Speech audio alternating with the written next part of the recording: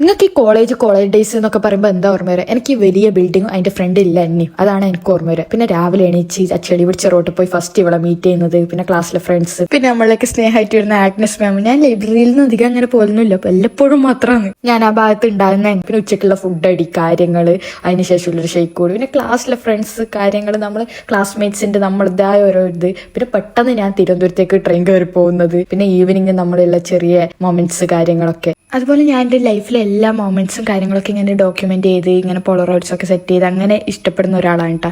അങ്ങനെ ഞാൻ കണ്ടെത്തിയ ഒരു പേജാണ് ക്രാഫ്റ്റ് ബൈ നിച്ചു എന്ന് പറഞ്ഞൊരു പേജ്. അടിപൊളിയാണ്. ഞാൻ എൻ്റെ മൊമെന്റ്സ് ഒക്കെ ഇങ്ങനെ പോളറോയിഡ്സ് ആക്കിയിട്ട് നമുക്ക് കാണുമ്പോൾ ഒരു വല്ലാത്ത സന്തോഷമല്ലേ. അപ്പോൾ നിങ്ങൾക്ക് എന്തെങ്കിലും ഇങ്ങനെയെല്ലാം വേണമെന്നുണ്ടെങ്കിൽ ക്രാഫ്റ്റ് ബൈ നിച്ചു എന്ന് പറഞ്ഞാൽ ഈ പേജ് ഒന്ന് കോൺടാക്ട് ചെയ്താൽ കേട്ടോ. അടിപൊളിയാണ് കേട്ടോ. ഹോസ്റ്റലിൽ ഈവനിങ്ങിലെ സൺസെറ്റ്, രാത്രിയില്ല ചെറിയൊരു മഴയും കണ്ട് ആ വ്യൂ കണ്ടിരിക്കുന്നത്, ഇതൊക്കെ വല്ലാത്തൊരു സന്തോഷമാണ്. ബട്ട് എല്ലാം എൻ്റെ ആവാൻ പോവുകയാണ്. ഒരു 8 months അല്ലെ 7 months കൂടി ഞാൻ ഇവിടെ ഉണ്ടാവും. നമ്മൾ 3rd year ആയി, ഇനി കോളേജ് ലൈഫ് തീരാനായി എന്നൊക്കെ വിചാരിക്കുമ്പോൾ വല്ലാത്തൊരു സങ്കടമാണ് കേട്ടോ ഫീൽ ചെയ്യുന്നത്.